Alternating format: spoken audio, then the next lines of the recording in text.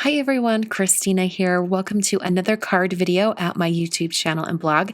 Today I'm going to be showing you a couple cards using liquid masking fluid. So this is going to give you some ideas on how to use this new stamp set from Simon Says Stamp with watercoloring and liquid masking fluid. So the stamp set I'm using today is called Wake Up and Makeup. For any of you girly girls out there, this is perfect for you or for your very girly girl friends. And today I'm going to be using some watercolor paper. This is actually Arches, I think it's called Bright White or whatever. I posted on Instagram, like I was showing you the difference between this extra white version of the Arches watercolor paper, and I decided that it wasn't a big enough difference between this extra white version and the original. So I'm just using up what I have on hand, and then I'll go back to using my regular Arches. So I've taken the stamps from the stamp set, just a bunch of them plus a grading, and I've arranged them on this watercolor paper. I'm also using the Creative Corners from Misty so that I can have my watercolor paper in that corner and have the stamps go off the edge. So I use that corner and then I remove it right before I start stamping. And that allows me to put the paper back in place after I stamp, and then I can stamp it multiple times.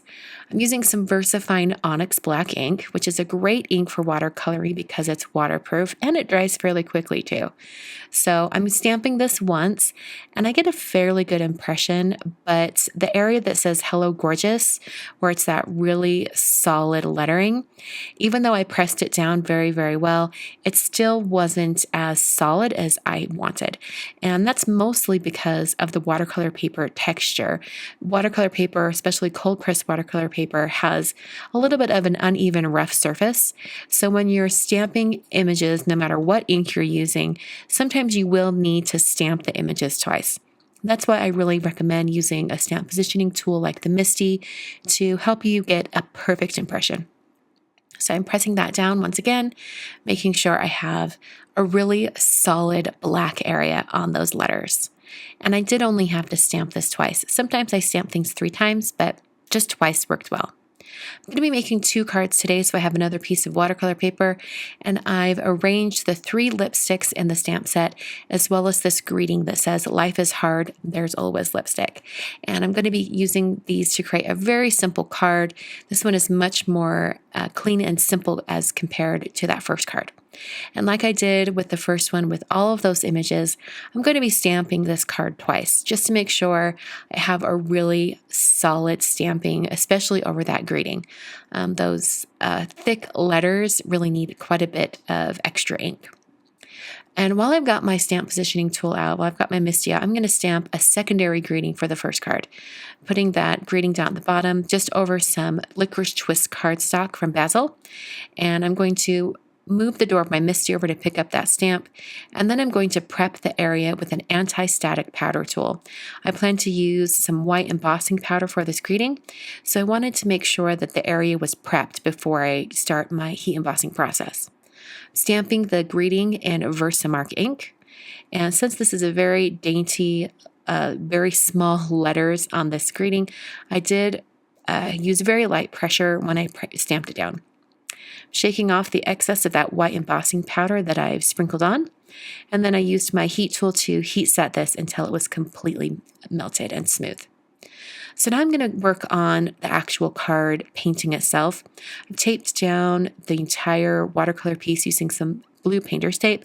I'm going to be using quite a bit of water, so using some tape, using some tape like this works well. Using this really large watercolor set from Sakura. This is one of their koi watercolor sets. And like I mentioned before, I am using drawing gum or liquid masking fluid. And every once in a while I break this out. Sometimes I forget I even have it. But I wanted to create some really colorful backgrounds on both of these cards. And because I wanted to have the backgrounds go all the way around all of these images, but still preserve the area inside the images, I decided it would be a lot easier just to use liquid masking fluid, as opposed to painting around these very carefully. So what the liquid masking does is it's almost like a little plastic barrier that coats the areas where you painted it. And once it's completely dry, you can paint over the top and the paint won't even touch the paper underneath. It's really, really cool. simple, and I love this technique. A lot of watercoloring artists and painters use different types of liquid masking fluid.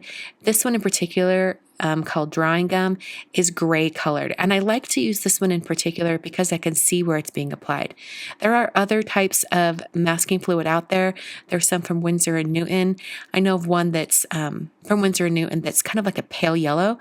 And I've used that before, but I find it's a little bit harder to use because you can't see where it's been applied as much as this gray from the drawing gum.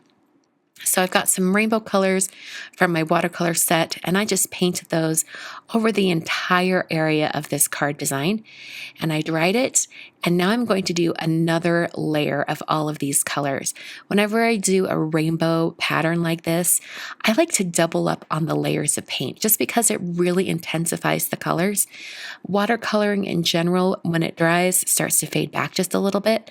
So it's a little bit forgiving that way because if you decide to do something really bold, when you dry it, it will fade back a little bit, and sometimes that can really save you on your design. But in this case, I wanted that really intense color, so I did do 2 layers of watercolor. After it was completely dry, I'm now going to remove the masking fluid. So I'm using a Xyron adhesive eraser for this, but you can also use your fingertips and gently rub the surface of the watercolor paper. This adhesive remover just makes it super easy to pick up the masking fluid because it's a little bit sticky and it picks up that gummy masking fluid. So after I had all of that picked up, I'm going to go ahead and finish painting this piece.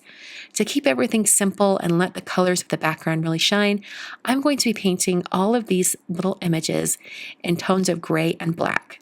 It's going to be really, really simple, and it's a great way when you have lots of painting to do like this, covering the entire surface of your card, but you're not being really fussy about it and adding all sorts of different colors to every single image, which would look really cool, but I like that they're in black and white, so it really lets that background stand out. So I'm painting all this in. I did want to mention that I took note of how long it took me to make these cards. Actually, started the masking fluid, let it dry completely, and then I started painting this the next day. So there was quite a bit of time in between the masking fluid and actually painting it. But as far as footage that I recorded on my camera, it was just under 2 hours for both cards. So I'm going to remove this from the board, and then I'm going to do a little bit of additional stamping.